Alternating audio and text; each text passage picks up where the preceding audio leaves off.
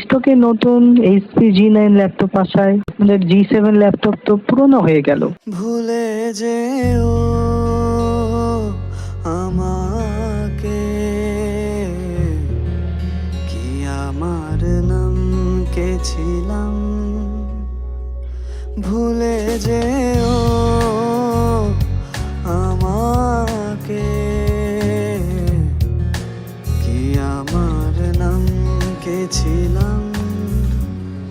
যা পেয়েছি না চাইতে